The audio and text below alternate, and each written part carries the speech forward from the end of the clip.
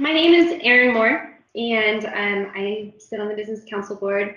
I am also part of a software development company called Planet Peak Technical Services that's based here in Wyoming. I think, and I'm going to even allow Pete to chime in here, but Pete happens to be one of the reasons, or the main reason, that we are all gathered here today to discuss blockchain and to kind of give a basis around it. But a while ago, Pete had just said, you know, there's a lot of stuff going around about blockchain, and if we can maybe do a presentation that gives a good basis for what blockchain is, it might help the board and business council members as well as others around just kind of understand what's getting talked about a lot across the state of Wyoming. And so Pete, I don't know if you want to. Thanks, Erin. Just briefly, there were several bills last year in the legislature about blockchain, and quite frankly, I don't know anything about blockchain, but all I've heard is blockchain is going to be the savior of whatever. And it appeared to me that this was something the Business Council could do, and I asked Erin if she could put together a presentation on blockchain. We're going to archive this. It's important that we get it out, and I think there's a number of people that would like to know what is blockchain. So Erin, an introduction to blockchain, and thanks for doing this. Yeah, absolutely. Thank you. Okay. All right. Okay, so let's get started. Okay, so a couple things that I just want to start off with. So today, and as Pete asked me, he said, you know, we want to make sure that this is not extremely technical, right? So we want to make sure that we're hitting the non-techies across the room and the state. And so, do we take the mute? Okay, good. Mm-hmm. All right, so as we go through this, today I'm just going to cover, you know, the basics of Bitcoin and really try and take it from the layman side and sorry, blockchain. Thank you very much, Pete. And eventually my nerves will kind of run out here. So covering the basics of blockchain, really trying to do it from as much of a non-technical perspective as we can and not dive too deep into the tech component. And the other thing that I just want to try and, you know, stay away from is we're not shooting this from a political aspect, you know, just trying to keep this neutral, informational, and just provide some good information and not get into any of the political aspects or what's going on in the legislature, any of that kind of stuff. Okay, so that kind of sets my stage there. I think I'm very excited about this conversation, and very excited about this conversation because I think with blockchain, as well as other technologies, especially things like artificial intelligence, machine learning, deep learning, all of those different types of things, there's so much going on in the tech arena that's going to have some great impacts on our lives. And I think the more that we can bring together and start talking about these technologies and how they can get applied and what the pros and the cons are of them, I think it just betters all of us and really helps to put that. So I really want to encourage this conversation to continue outside of this webinar, but even outside of this topic, and bring in some other tech topics that I think are very important as well in terms of where future economies and different things are going to be driven. Now with that, I think it's also important to mention that there are no silver bullets, unfortunately, in life, and that also falls in with tech, right? As with any technology, there are pros and cons, and really you have to identify those best solutions given the problem that you're trying to solve. And whenever we work with individuals, the first thing, and I think the most important thing, and most people across tech would agree with this, is the first question you want to always ask yourself is, what is the problem that we're trying to solve, right?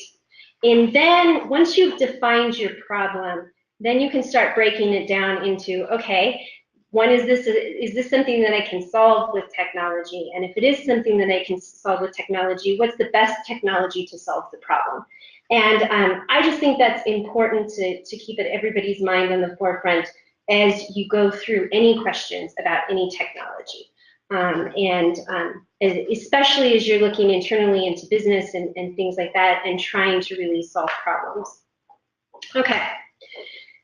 So the other thing that I really want to start off with and kind of hope that we get a good foundation here, right, is you hear blockchain and Bitcoin and cryptocurrency, and these all just kind of get intermingled, right? And I think one of the biggest pieces is to say that blockchain and Bitcoin, or cryptocurrencies, are not the same. So blockchain is the database that holds all of the transactions for something like a Bitcoin or a cryptocurrency, and we're going to talk a lot more about that. But Bitcoin or cryptocurrency is the digital assets that's tracked by the blockchain. And let me try and break this down a little bit, even further from that, in that, so your blockchain database is kind of just like an Excel spreadsheet, right? It's just holding some transactional data. And the Bitcoins, or those cryptocurrencies that you hear a lot about, especially associated with blockchain, is it's digital, so it's not tangible. It's not like a dollar or anything that you hold. It's all digital, all electronic. And the blockchain allows for that digital that currency to be able to be tracked and allow for its existence. And so that's kind of where we really want to start off as we're having this conversation. Now, when we get into blockchain and why it was created, it really was, the whole foundation around it was an individual or a group of individuals, we don't exactly know. It's an anonymous person or persons. In 2008, this individual or group called Satoshi Nakamoto, and I am the best butcher of names, so bear with me as I fumble through that, in 2008 released the white paper that really set through blockchain and Bitcoin. And so the entire first initial premise of blockchain was to allow for the tracking and the existence of Bitcoin. And the key component of this, right, is that it's a decentralized digital asset, right? So when we talk about that, that decentralized component is key. So right now, when we all access information on the web, that sits on a server someplace, right? And sitting on that server is a bunch of code as well as databases, right? That's storing the data that then is getting transmitted to you, okay? And the entire intent of that, right, is it's a central location which that's sitting. The concept around Bitcoin, right, is that they wanted to try and have something that was decentralized. So it wasn't held by a particular government entity, it wasn't held by a particular bank, it wasn't held by a particular individual. It was controlled by an entire group of people, anybody that wanted to participate in it.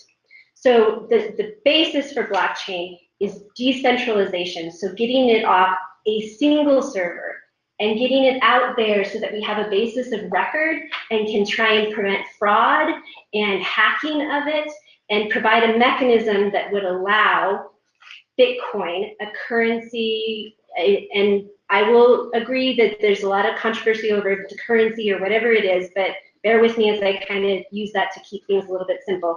But to really be able to decentralize that so it's not controlled by any one entity, okay?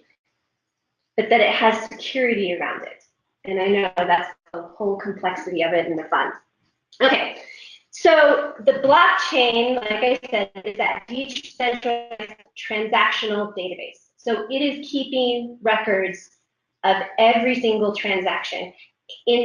Throughout the presentation, I'm going to use Bitcoin as my kind of fundamental example, but we'll also talk about that there's other components and uses, but this is the the one that started the entire thing, and it's the best use example that's out there. It's been out there for the longest, most proven, tested, all of that kind of stuff. So it's easy to use as we go through here to try and keep it somewhat simple.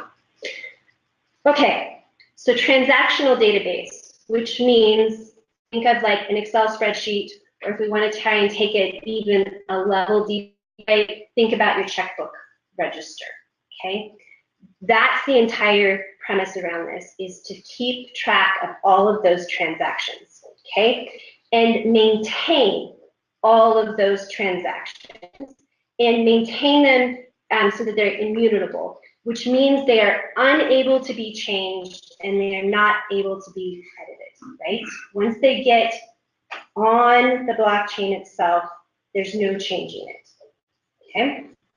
So those are really the fundamental components around blockchain, and we're going to now try and take a dive deeper and kind of get a little bit more explanation here, okay? All right, so the process, and I think maybe this hopefully will help even take where I'm at and glean it a little bit further. So the first thing that happens with the blockchain, and especially this process is specific to Bitcoin, and we'll talk a little bit about how other things happen, but I just want to emphasize that this process is specific to Bitcoin and the blockchain in that realm. So what happens is a transaction occurs, and the transaction as it's related to Bitcoin is I'm going to take my, we'll say money to kind of keep it simplistic, right? And I'm going to transfer it to Pete, okay? And so in that, there's a whole series of code that gets put together to create that transaction, okay? It being that there's a series of IDs that go into that so that you know who is getting the debits and the credits, where all of that money is coming from, so that I'm paying Pete, okay? So that transaction is made and it's put into a pool of transactions, okay? So you have all of these transactions that are waiting to be verified, okay? So what happens is there then exists what we call miners, okay? And miners are what process all of this data and do the work in order to verify, keep the security, keep everything going with the blockchain, and to post the data to the blockchain and ensure that the data is accurate, okay? So you have this pool of all of our transactions, and so the miners go in there and they select transactions from the pool to form a block, okay? Now, as they grab those, this proof of work, and we're going to break this down even more in just a little bit, but the proof of work is where all of the security and all of the work is that basically makes the blockchain solid as it can be, and makes it working, okay? So the miners go out and they grab the transactions, and this proof of work is done. So they go out there and they do this proof of work concept, right? And basically, they're using a lot of computing power, so a lot of computers, and heavily working to basically solve a puzzle, okay? And when they're solving that puzzle, when they get the correct answer is found. We're going to talk a little bit more about that here in a second. When the correct answer is found, they're like, ah, I got the right answer, right? And then they broadcast that answer to the entire group, okay? Then what happens is the rest of the group checks that, they do a validation, and they say, is this in fact accurate? Does it check out? Does it fall in line with the blocks? And if so, they accept that yes, that block is good, and then the data is written to the blockchain, okay? And the blockchain is the chain of all of the blocks put together, okay? But really, to keep it simple, think of it just like your checkbook, right? Every single transaction that you're putting in there. But this, instead of for your own personal checkbook, this is the entire checkbook. In this case that we're using here is Bitcoin, right? So it's keeping track of every single transaction and utilizing proof of work to make sure the transaction that it's working on is actually valid, okay? All right, hang with me here, I know.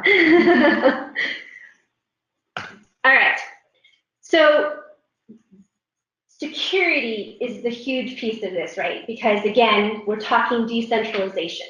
So we're talking that in order for this to work, right, we have computers, or what they call nodes, all over the world housing their own copy of the blockchain and comparing it with everybody else to be able to make sure that this can work. So we're all working in tandem, talking to each other, processing the data that's coming through, checking each other to make sure that we're like, yes, this should be put on the blockchain, right? To avoid,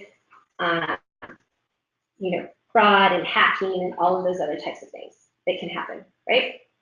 Okay, so that security around it happens in what's called proof of work or proof of stake, and we're talking proof of stake here in a second, and the hash, okay? That's where all of these security lies. Now, when we talk Bitcoin specifically and the blockchain associated with Bitcoin, proof of work is what it's using, okay? Proof of stake is a new concept that's come out, and I'm going to cover that.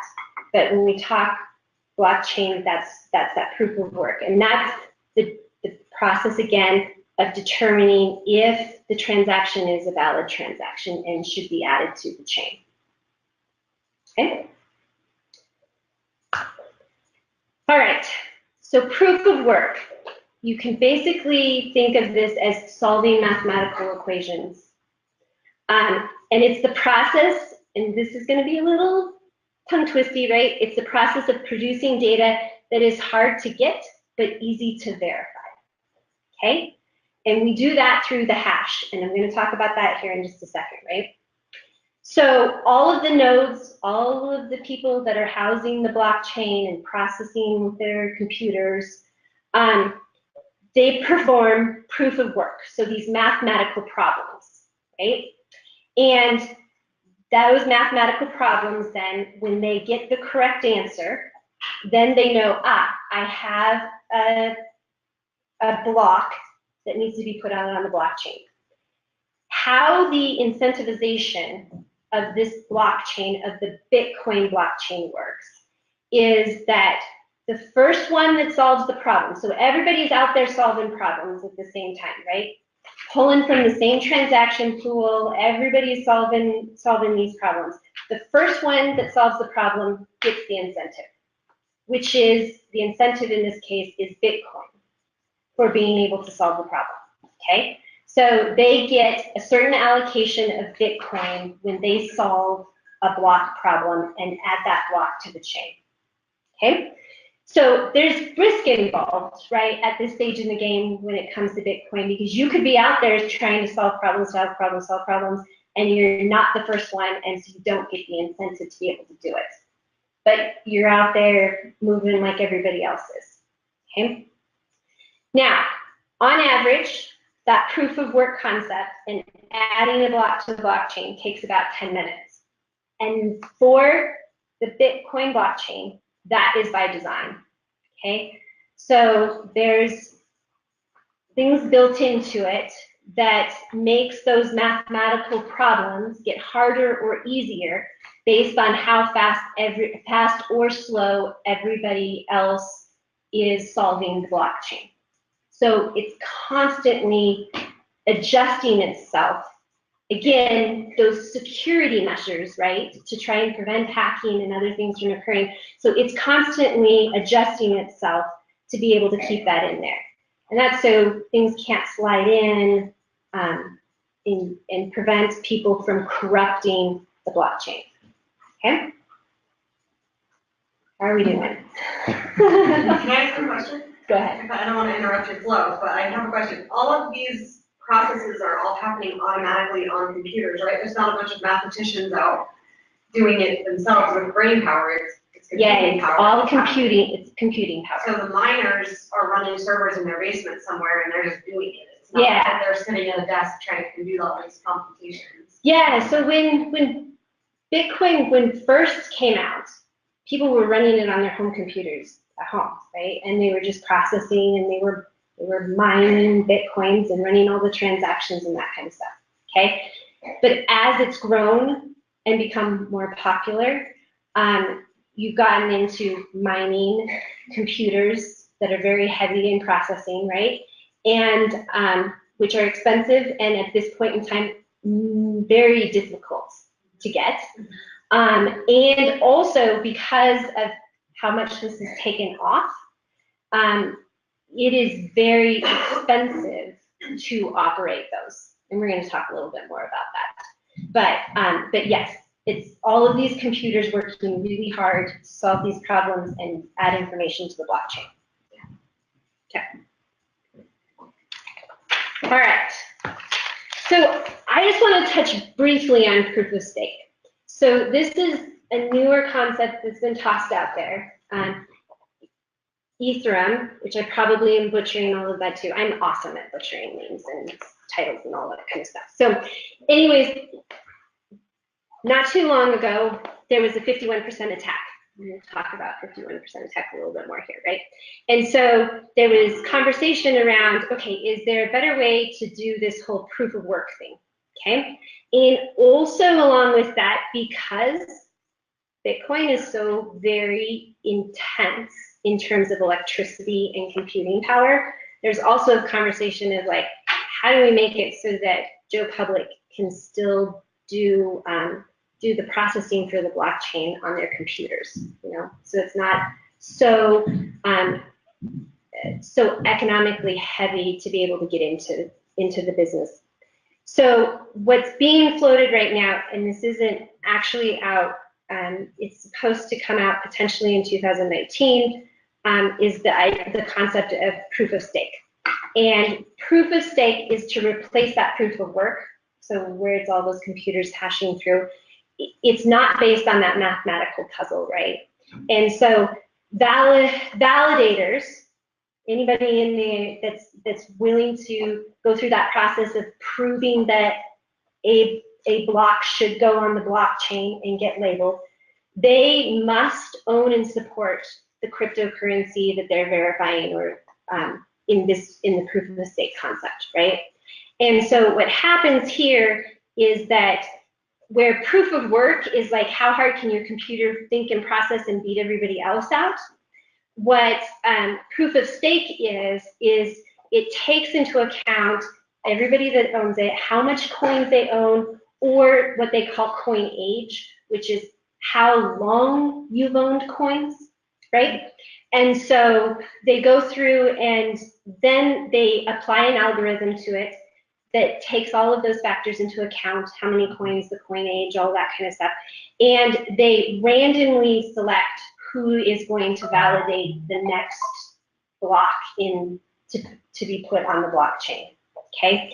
And so then they say, okay, great, Pete, it's your turn. You are going to be the validator this time. You pull your block, you run the process to be able to verify that the block is correct. And then what you've done is you're then awarded a transaction fee. So you then get a transaction fee for the work that you've done. And then the I guess you could say lottery of who's going to get the next block is then there's a random pull from that, and then who is chosen, then they go through, process the next block, and then collect their fee, and it continues on that way. Okay, and that's just kind of trying to do an alternate to proof of work. In each of these, you can really get down into different pros and cons, and really, how it all operates, that kind of stuff. And there's a lot more into each. Trying to keep it on the lighter end of things. Okay, So the hash, this is the other major piece of the blockchain that keeps that security. Because again, we're decentralized, so we want to keep it secure so people aren't hacking. So the hash is fundamental to the blockchain, right? And so basically, the best way to describe this is when those transactions come in and those blocks are created, there's a whole series of data that's put in there, right?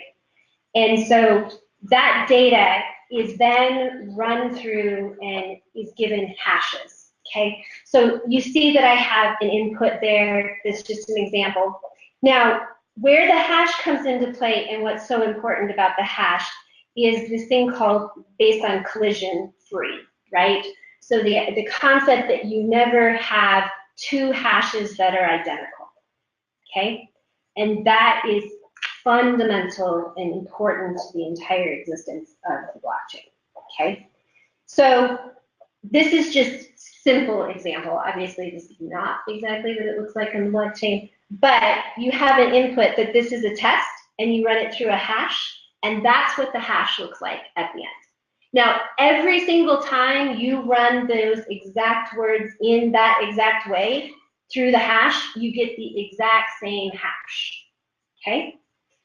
You alter it ever so slightly, and you make it a lowercase t instead of a capital T, but the rest of it is exactly the same, you get a completely different hash, okay? So part of that process and everything is making sure that those hashes and everything all match up to be able to validate that that information is actually accurate and deserves to be on the blockchain. Okay? So is the hash assigned, or is the hash like an algorithm that like turns that into that? Like Algorithm. okay. And it's quite, the hash inside of itself is quite the process, and one of those that we can go majorly deep into as well. But this kind of gives you the high level, kind of simplistic region there. But the entire component, right, is that input is the only way that you can get that output. The only way.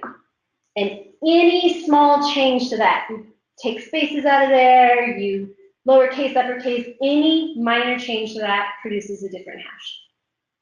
So, okay? So the hash, in combination with proof of work or proof of stake, is really the key security components around blockchain to kind of make it all work and prevent people from trying to put bad data on the blockchain and corrupt it. Okay? All right, so after you go through that, right, you're kind of going, okay, why do we use blockchain? Okay, so the biggest thing, right, is you want decentralization. You don't trust your parties involved, and you want a network to hold the data versus having it in a central location. You don't want it just sitting on a server because you feel that that's just does not offer enough trust, okay? This is, I mean, just so key and fundamental to the entire reason why blockchain was created, okay? Now, there's a lot of versions and stuff of blockchain that are getting discussed currently in order to build it differently than what it's built for Bitcoin. And some of those have slight compromises to decentralization. And I'm not going to say good or bad or anything, but the fundamental blockchain for Bitcoin is really designed around that complete decentralization. And one of those components is that the blockchain doesn't hold very much data. It's usually about 1 megabyte of data, okay? And so sometimes in order to get more data sitting on that blockchain, there's compromises in terms of that decentralization to put information in other areas, still utilizing the blockchain, but the information is stored in the other areas. So it's not necessarily true to the original blockchain concept around Bitcoin, right? Okay. So the other component is transparency. Basically, you want the data to be visible to everyone with the goal in mind of building trust. Okay. So while there are certainly things associated with blockchain, I mean, blockchain is trackable as you go through there, and anybody can get that ledger, you know, and work through it and see the ledger and you know, participate in it. Of course, it was a lot easier to participate on the onset than it is today, but that's the entire point of it, right? Is it's decentralized, it's out there, it's transparency, anybody can get a hold of it, anybody can see it, add to it, that kind of stuff. The other piece of it, right, is validation. You want that proof of work, that process of knowing that this, I need to validate the accuracy of the transaction, okay? And it maintains all of that history and everything forever. Okay. But those are the three fundamental core components to utilizing the blockchain, is you want those things. Okay, so now, you know, with that being said, there's a lot of conversation, right, around, you know, obviously blockchain, Bitcoin, that one's, you know, cat's out of the bag there. There's a lot of other cryptocurrencies that are out there. So the digital currency component is certainly things that people are looking at, trying, and going with. There's other components that are getting talked about in that digital currency realm. There's conversations around the possibility and appropriateness, right, for record keeping in blockchains, securities and blockchains, as well as you know, smart contracts and blockchains. And those are kind of all pieces that are the main areas that are kind of out there right now that are getting talked about, looked at, you know, experimented with, all of that kind of stuff. Okay. All right. And you can go through this kind of fast. All right. So with blockchain, you know, these I think are the important things that people just need to consider or to be thinking about, especially when you're talking about what I focused on at the very beginning, right? Is what problem is it that we are trying to solve, and then what technologies are the best solutions for the problem that we're trying to solve. And so when you're talking about utilizing blockchain in any capacity, you know, some of those things to consider. One of those key ones, right, is expense. If you're talking about blockchain in the traditional, the way it was released with Bitcoin, in that process, it is very electricity, computer intensive. Okay, and there comes a lot of expense with it there. And we'll see what happens with proof of stake, and you know, how that might bring economies of scale or where it's at. But on the traditional true blockchain that was released, expense is definitely something to be taken into consideration, right? It's a lot when you have multiple databases all sitting out there, people, you know, sharing, transacting, going through the proof of work process. All of that is key. The other thing is speed. And again, I'm talking on the traditional blockchain that was released with Bitcoin. It's set at that 10-minute interval in terms of how long it takes to be able to get things on the chain. So it's not super speedy or super fast, especially when you start comparing it to how much Visa or MasterCard, how many transactions they process in a minute. It's not, you know, quite comparable. And so I know, you know, that again, with some of the proof of stake stuff, there's a lot of conversations around how that might increase speed and efficiency. You know, but again, you're starting to look at, okay, what compromises are there, and just things to be thinking about as those go into the realm.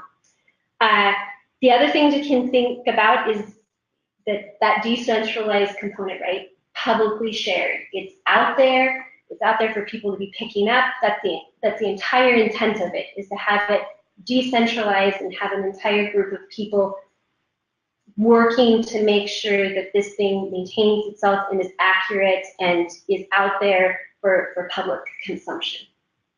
Okay? There is limited data stored in a block. So that 1 megabyte, right? There's a limited amount.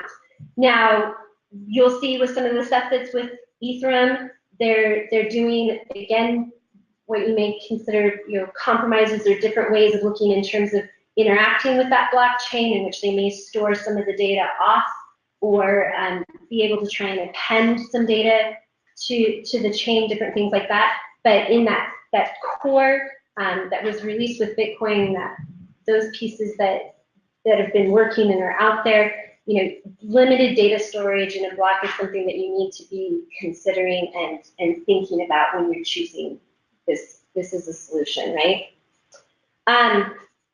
So all data is maintained, and there is no editing or removal of that data once it hits the blockchain, right? So the intent is that data is in there forever, publicly shared in there forever. And once it's in the blockchain itself, there's no removing it. Part of that hash and the security component, right, is so that nobody can go in the middle and try and pluck things out, all of those components. It then messes up the entire chain and it doesn't work. So you're talking about no editing, no removing of that data in that traditional sense of blockchain. Okay? I think the other important thing to keep in mind, and this goes with every single system, but it's especially important as we're talking about blockchain, things like that, right? Data is only good as the people entering it.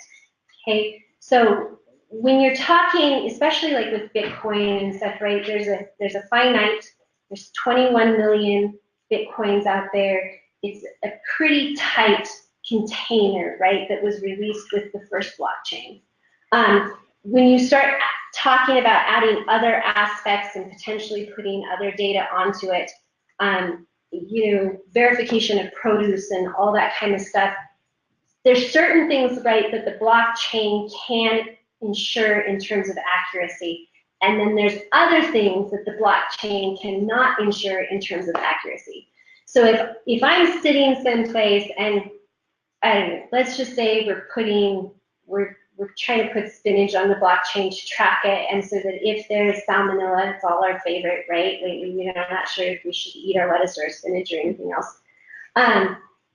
If we're trying to use that for tracking, we've got to be able to trust that when individuals are putting data onto the blockchain, that data is actually accurate that's going on there, right? Because once it's on the blockchain and we know that accurate data got put on the blockchain, we can, follow it through and keep track of that. But the piece that the blockchain can't fix, right, is people entering bad data onto it. And, that's with any database. But it's just something that has to be taken into consideration every single time, especially when you start talking about, no data is edited or removed, and so there's all sorts of things to be considered and thought of there. There's the redundancy component of you have a lot of effort going on. And so you have multiple entities, those nodes, those computers, right, that are all working towards maintaining that blockchain. Well, in that proof of work concept, they're all hammering through the same thing. So you have a bunch of people out there, computers out there, hashing through all the same data. So there's a lot of redundancy that goes along with the blockchain. And so you want to make sure that redundancy is important and valid to what it is that you're trying to accomplish there, right? Incentivization, I think, is really important, right? Because with blockchain, and when you're talking decentralization, right, and everybody is out there trying to maintain this and keep it accurate, right? They have to have an incentive for doing it. You know, I think we would all love to believe that we just do things, we get up in the morning and just do things for good because it's good, right? But the reality is there's a lot that goes into this, and so there certainly has to be an incentive there to be able to maintain it for the longevity, to be able to process all the work that is involved. You know, so that incentivization is really key and important to being able to keep a blockchain going. Okay. And then, so there's this concept, there's this component of the 51%. And so blockchain is pretty darn tight. But where it can fall short is when you have somebody, especially with proof of work. And so, like I said, I want to keep this, but I'm talking proof of work, the blockchain that Bitcoin is built on, right? The fundamental blockchain philosophies that were brought out. 51%, when somebody controls 51% of that computing power and 51% of that blockchain, you have the possibility for corruption, right? And in the way that happens is basically you have a computer in a specific area that can work so much harder and faster than the other ones, that the blockchain itself, the way that it's looked at is the longest chain is the chain of record. So what can happen is somebody with a malicious intent, if they have enough computing power, right, can go in there, take over, start processing, but not releasing information out to the chain, but building their own chain. And if they can get to the point, because they have so much computing power, that they win enough and can get far enough ahead of the other individuals, they then can end up with the longest chain, in which they corrupted at some point along the way for their benefit, and they then broadcast that chain and everybody starts using it. So it's at that point then you have corruption in the middle of your chain. You don't go in there and remove it, and so then it breaks down the entire philosophy that you're built on. So there is this concept of the 51%. It's one of the reasons why there's look in conversation of proof of stake, and it's also it did happen to one of the cryptocurrencies that are out there, and they went ahead and reverted some ledgers back and tried to make it all work. But it certainly is a possibility. But when you get, I will say, because of how large blockchain Bitcoin at this point in time is, as it sits on its blockchain, and how much computing power is needed at this stage in the game, that one is pretty tight in terms of not being able to be hacked at this stage, just because of how large it is and how much computing power and the cost of the computing power. And there's also a lot of incentive, right, for those individuals. That's why incentivization becomes so important, is because there's a lot of incentive for those individuals that are currently out there maintaining that and mining, because they have Bitcoins, so they don't want them to just kind of get destroyed. So right now there's kind of this internal, around that particular blockchain, way of saying, okay, nobody get into that 50% realm, because then we can all just go down crashing. And so that's why, you know, incentivization is so key when you start talking about blockchain and the maintainability of it and securities, and keeping in mind that 51%. So those are, you know, some of the things to be considering. And like I said, there's a lot of other blockchain types of things that are out there and getting talked about, you know, Eurythia and some others, and they're like proof of stake, as well as some other things, trying to find out if there's ways to use the fundamentals of the traditional blockchain, maybe combined with a few other things to try and strengthen it. But really, these are all considered around the Bitcoin main blockchain and the fundamentals around it and how that operates. Okay, so that was probably a lot, and hopefully brought it down to some level of somewhat of an understanding. But what I would encourage and what I hope is that this is just the start of some more communications around, what it is, and that it allows, people to really start talking and getting some research and sharing with, with each other, what's out there, information.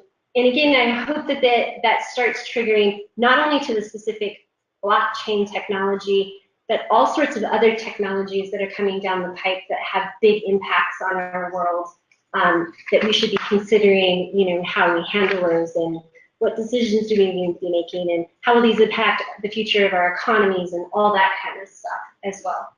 So, okay, now that everybody's drank from fire hose, I'm glad to answer some questions. Erin, Yes. this is Kim. And Kim. everyone's probably afraid to ask a question because we'll all appear stupid, but I rarely worry about that, so I'm going to ask a question. I love it. So you enter your transaction and you pay Pete, and you put it out there on the block, and so a miner goes out and is going to do the proof of work. Yep. I'm really having a hard time wrapping my head around. So is the blockchain built to where when a transaction is entered out there, it creates a problem? How does that miner, by solving some mathematical whiz problem, all of a sudden have the ability to say this was a legitimate transaction, yes, it should be posted? Yeah, so it's all around, it's around that hash, and it's a really good question, and it's one that's a really big deep dive, right? But so the miner through the hash, and like I said earlier today, right? It's got to be a really crazy mathematical problem that's really hard to solve, but really easy to verify. And so basically what they do is they process in that proof of work. So they go through that entire mathematical equation to be able to come up with the hash, and then be able to verify that everybody else pulling those same information is coming up with that same hash. And so it's a lot of computing and number crunching, and it's crazy. So how is that mathematical problem generated? I guess where's the problem come in? Who you say, like who makes the problem? It's generated from the algorithm on it's generated from the whole blockchain process. The data itself. Yeah. So what happens is, okay, so when those transactions come on, and so let me take everybody a little bit deeper into this, right? So transactions come on, there is data that is pulled from the previous transaction. There's data pulled from your transaction. There's public keys and private keys. And then all of the transactional information that basically says, I'm giving 1 Bitcoin to Pete, right? So all of that gets packaged in there from all of those components, right, to be able to create that hash, right? And so they're going through to be able to try and create and validate and say, is this the correct hash? And processing using the blockchain data that exists and what they have in the transactions to actually come up with that, to make sure that it's using the previous blockchain information from the blockchain into the new blockchain associated with all the transactional data to be able to create that, and then run your computational process to be able to say, yes, that hash is actually correct and should be added to the chain. Does that get anywhere? So because the blockchain is public, everybody has access to all the information needed to run that math problem, basically, and come up with the answer. Yes. Got it. Erin, I have a question. This is Cactus. Hi, Cactus. I want to put my information out there on the blockchain, and so how are the miners incentivized to go ahead and work through the problem and come up with a hash so that my chain gets entered? Do I pay a fee, and is it based upon the amount of information or the data that I want added to the chain? Yes, so right now, part of the process of mining, so there's 21 million Bitcoins that exist out there. And so part of that is the reward that comes from, so as you mine, you create Bitcoins. So as you go through and mine and you get that reward, you create Bitcoins. Then there's also the concept that you would incentivize by paying additional on top of your reward in order to get them maybe to pick yours or process yours. And that's certainly going to come into play right as you start getting towards the end of the Bitcoins that can actually be mined.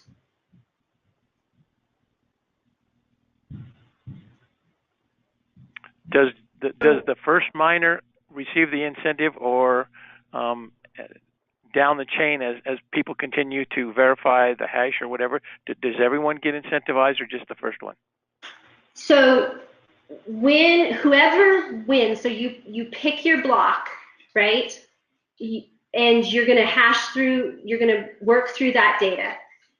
When you have, yes, this is accurate and it should be added to the thing, if you're the first one that's got through that, then you win the award at that point in time, right? And then you guys go grab from the pool the next block that's going to be added. And if you process that and you win that, then you get another award. And that continues. Now there is, I'm going to toss this out here, but I don't want to go into it. There is this concept of if there's a tie and forking occurs, but that is best not to hash through here and how the forking and how everything gets back. But that's a rabbit hole, we're not going to go there. But I just want to at least toss that out that, you know, devil's in the details as with any tech system. But yes, so there's multiple awards as you go through. And as long as you're the first one for that particular block, then you win an award. Now, unless you're on the proof of stake component that's coming out, that's not out yet, but supposed to be coming out. Sorry. So right now, obviously, cryptocurrency is on a blockchain. Yes. There's other things that are on blockchains, correct? Yes.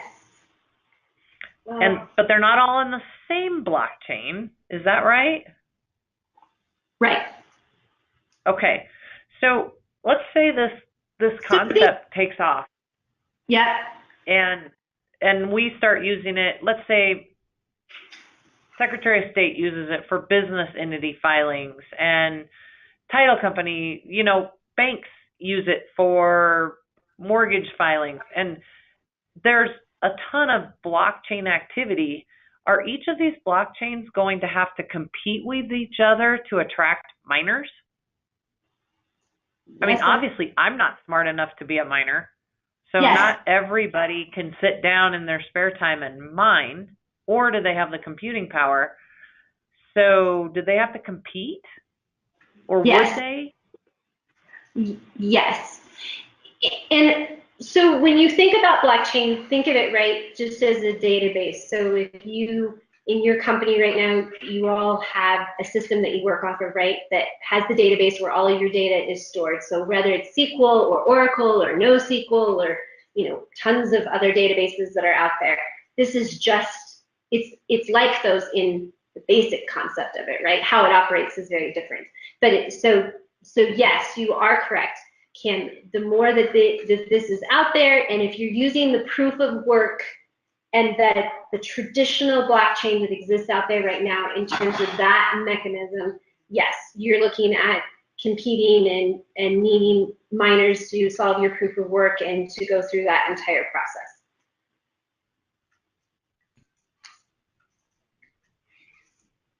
Okay. Erin Cactus again. So obviously, in the cryptocurrency world, why you're creating additional cryptocurrency as you're incentivized. But let's say that my particular blockchain that I'm interested in, that I have my information on, is like the title work or something like that. Where does the incentive come there for a miner to go ahead and mine that and then produce the hash? Well, that's what has to be figured out, right? So it's usually in that you would attach, possibility, right, is that you attach your incentive to that. And so you're like, all right, here's my fee. I'm going to pay this much to have my transaction processed on the blockchain.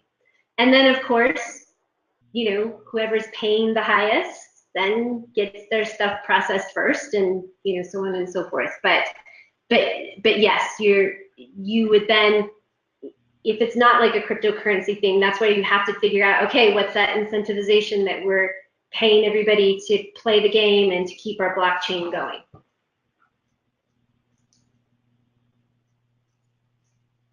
Lord, it feels like a game. Right? How many miners are there? Like, what's the global presence? Oh man, shouldn't ask me that, because to be really honest, I can't tell you right now, but we can look it up. Okay.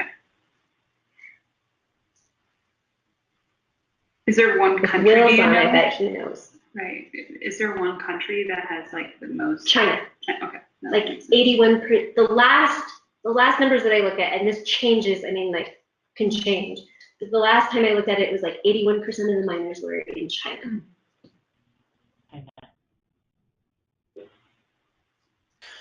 Erin, we have a couple of questions from the web. The first one is, can the algorithm be pierced? Okay, so here's the thing. So this is why I'm like, if we're going to talk technologies, let's talk technologies, right? So at this point in time, it has not been able to be pierced. But what I will say is that's why I think it's so important that we talk tech and what all is coming down the pipe, right? Because we have this lovely thing out there called AI. And when we start talking about machine learning and deep learning and all of the different components of AI, I can't tell you that where that drives in the future might not be able to have an impact on what is hackable on the blockchain. So at this point in time, there has not been anything proven to be able to pierce that. But who knows? Would you have guessed 20 years we would be sitting right here having this conversation? Or that AI is where it's sitting at. So, who knows what the future looks like? Which I think is why all of these conversations are so important to be having. And those thought processes are really important when you're making decisions around what technologies to be utilizing and what you decentralize and all of those types of things.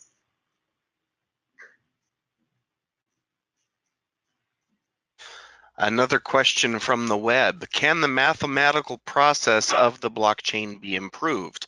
I heard that Bitcoin is like second generation blockchain and that they are working on fourth or fifth generation now. Man, I think those are the things that are being discussed with, whether it's looking at proof of stake or, what other what other components are out there. So I guess that's always possible, and there's going to be tons of things that potentially might come down the pipe, and we'll just have to see and pay very close attention to where things are at.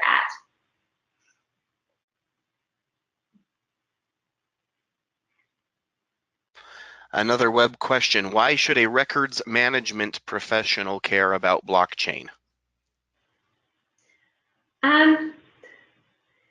Yeah, I think it just becomes important because it's out there, and people are talking about it as a technology, right? And so it's just important to know that it's an option, and it's important to be thinking about all of that as, okay, what are my options and what's appropriate? Again, what problem are you trying to solve? It always goes back to that. And so just being aware of what's out there, what the pros and the cons are around it, if it's the appropriate technology to be using or not using. And, I think it's something, especially when we talk about blockchain, because there's such a heavy, strong component around decentralization, right? And information being shared. And we all live right now, right in the world of, okay, what is okay for my identity and for my existence for information to be shared.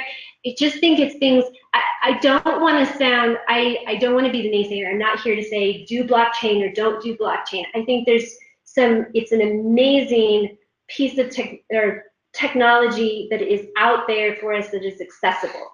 But I think with every technology, right, you have to be thinking about the right decisions to be making, because they can have detrimental effects later on down the road.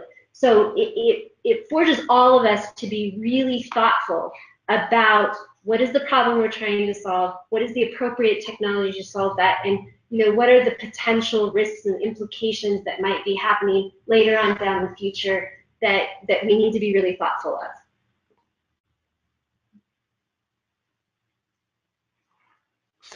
Another question is, what effect will quantum computers have on the chain? Oh my gosh. I'm just going to tell you right now, I don't know. That's not my realm to be speaking in, but I will tell you, if we want to keep this conversation going, I will find the appropriate people that we can be bringing in here and answering some of that particular question.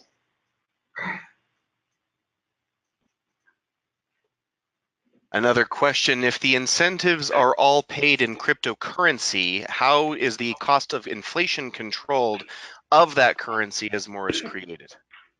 Yeah, so now you're getting into the economics of it all, right? And those are total things that have to be thought of, and their potential as stuff comes down the pipe and as things continue to grow and as this continues to evolve, right? All of that plays in. I mean, all of the economic principles and different things like that start playing into this and have to be thought on that. And it's yet to be seen, right? I mean, the concept is tomorrow it could all go away. Probably not likely. I'm not saying that, but any stretch of the imagination. So I think there's so much that we just don't know, and that we're working and seeing how things are impacting and seeing if those cryptocurrencies are going to stick around or how they get handled in the future or what kind of play that they have. And there's certainly, as with everything else, risk involved in those, and so we'll see. But inflationary, all the economic principles, different things like that can have a play in that as well.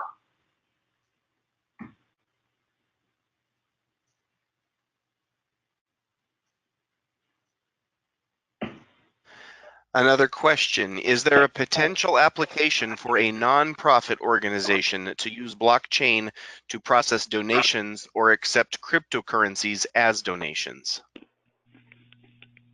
Okay, so there's a lot of people that are working on that out there, and I'll tell you, there's even a group in Sheridan, I wouldn't necessarily say around the nonprofit component, right, but around being able to transact with cryptocurrencies, whether it's Bitcoin or Litecoin or any of the other Ethereum or any of the other ones that are out there. Just thinking about, okay, how do those start coming to play in the mainstream market a little bit more? And there's a lot of conversation around how much should they come to play in the mainstream market, how much should they not, and as they are coming to play, how is that handled? Is there somebody that handles that transaction in the middle and then passes whatever currency on to the business owner? There's a lot of things going on there, and I would encourage, Googling and looking at all of the options that are out there. There is an individual in the chamber up in Sheridan that I know that is going through some of that and working with that and looking about how to possibly do that up in Sheridan, not with nonprofit, but in just business in general, being able to accept crypto currency, especially around Bitcoin. But other business owners are all at that about how to do it. And so it's certainly out there. There's people working on that and working on those solutions and can help have those conversations.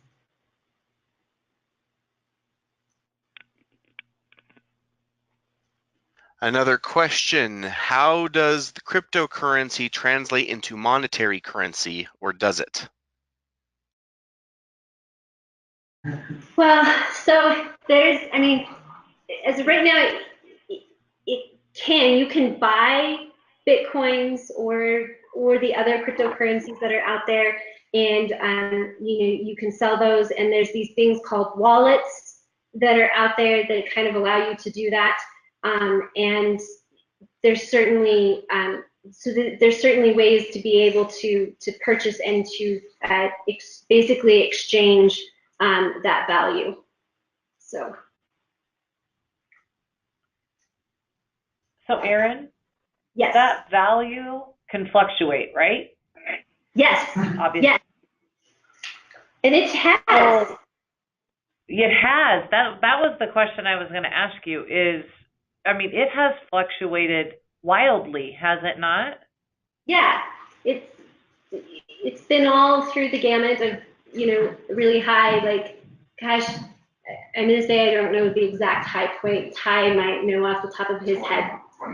20,000, and all the way down to very minimal amounts, and so kind of bopped everywhere in between, and so it does fluctuate.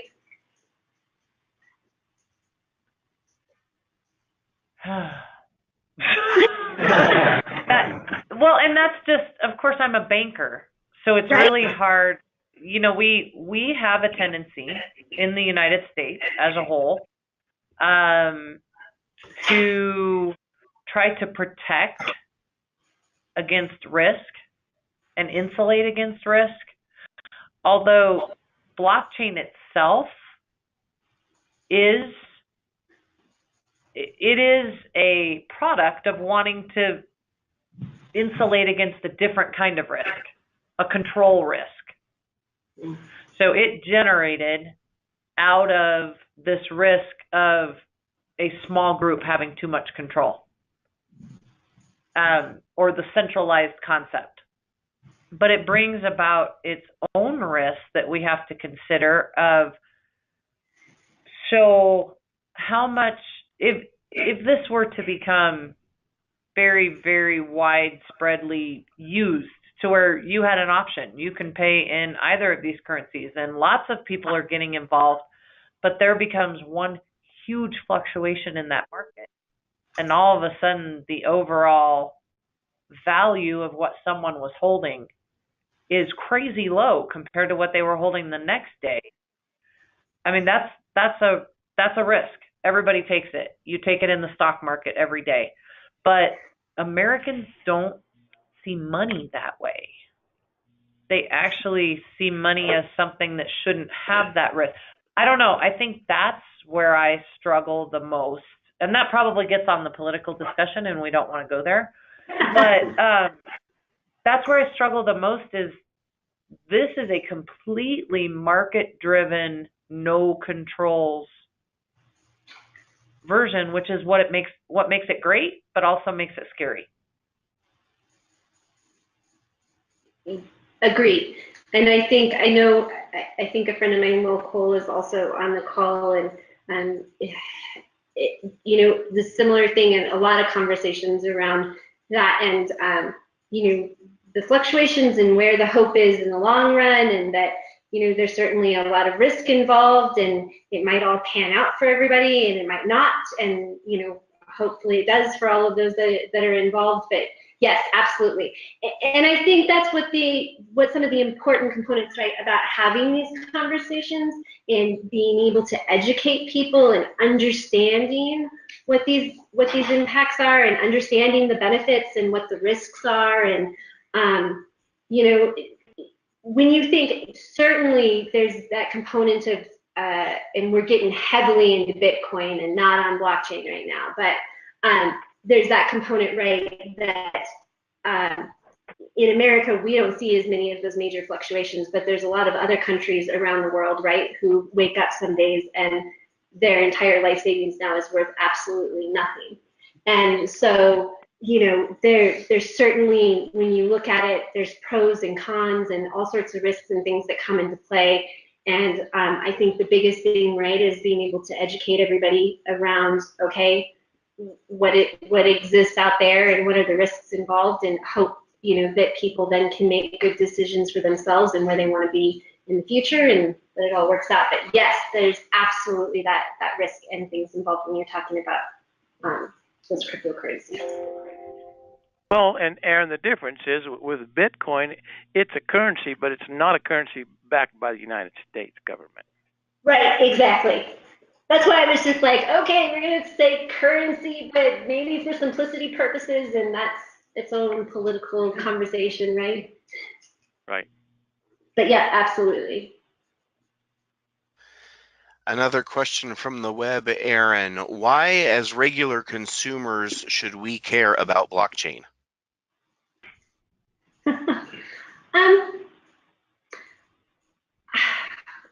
It's with any technology. Technology is really, I don't want to say sound cliche-ish, right? But it's starting to run our lives in our everyday business and bleed into so many different things, right? And so it only behooves us to educate ourselves on those and figure out what's the best decisions that you should be making for yourself individually as it relates to the technologies that are getting implemented around you, as well as to be able to participate in when those technologies maybe are getting driven by other forces that you should be having a say and being aware of how that's going to impact your life. And I think in general, not just in blockchain, but in general with technologies, I think that's an important conversation that we all should be having, and thoughts that everybody should be thinking about, the decisions that we're making, and not saying that decisions are bad or good, just that decisions are being made, right? And we have to live with those consequences. So it's kind of just like, in government, vote and speak your mind and all that kind of stuff. With technology, educate yourself and, be thinking about how it's impacting your life and how you want it to impact your life. And so I think those things are very important. One final question from the web. Can someone create a blockchain to bait you into exposing information that you would otherwise keep secret? Yeah, it's a possibility.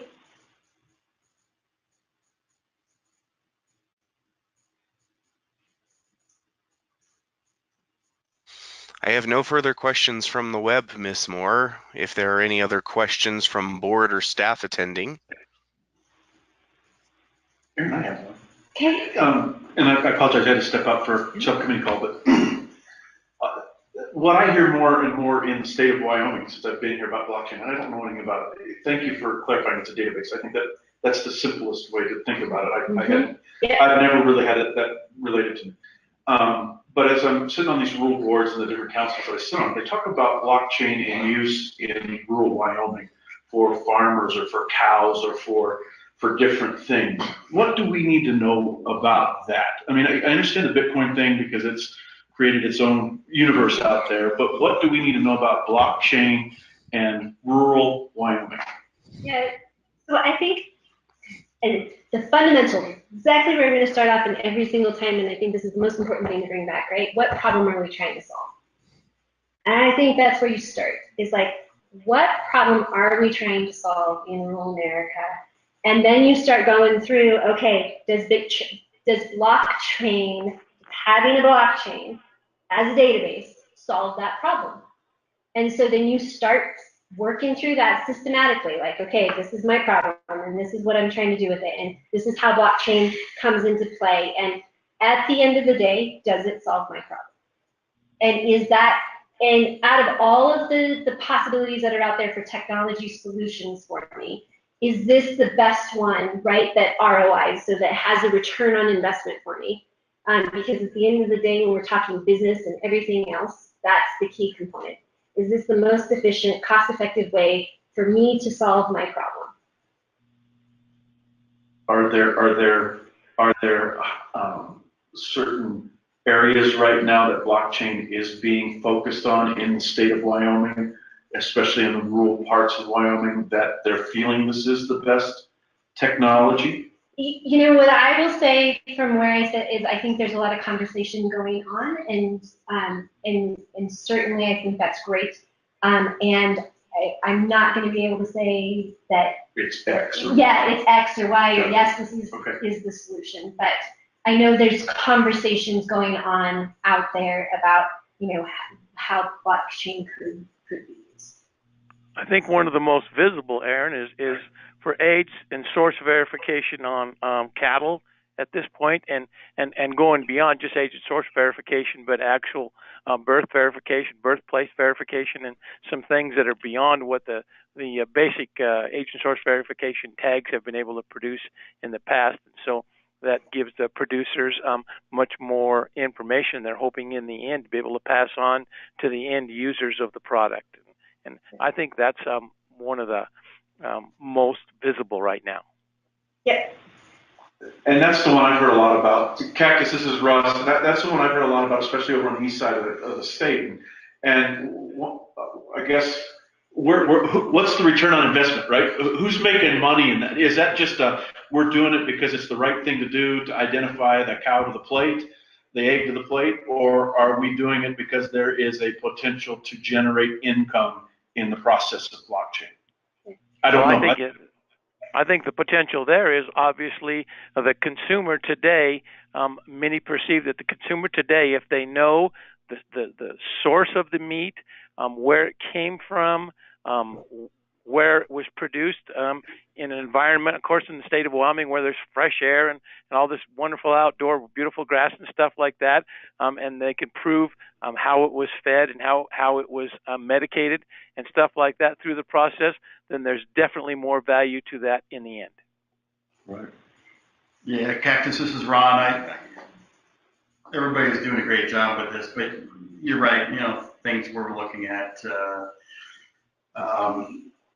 And there was a question earlier about why does the average consumer care about blockchain or whatever. You know, cryptocurrency aside, on the database side, there's a potential value-added premium to the beef producer.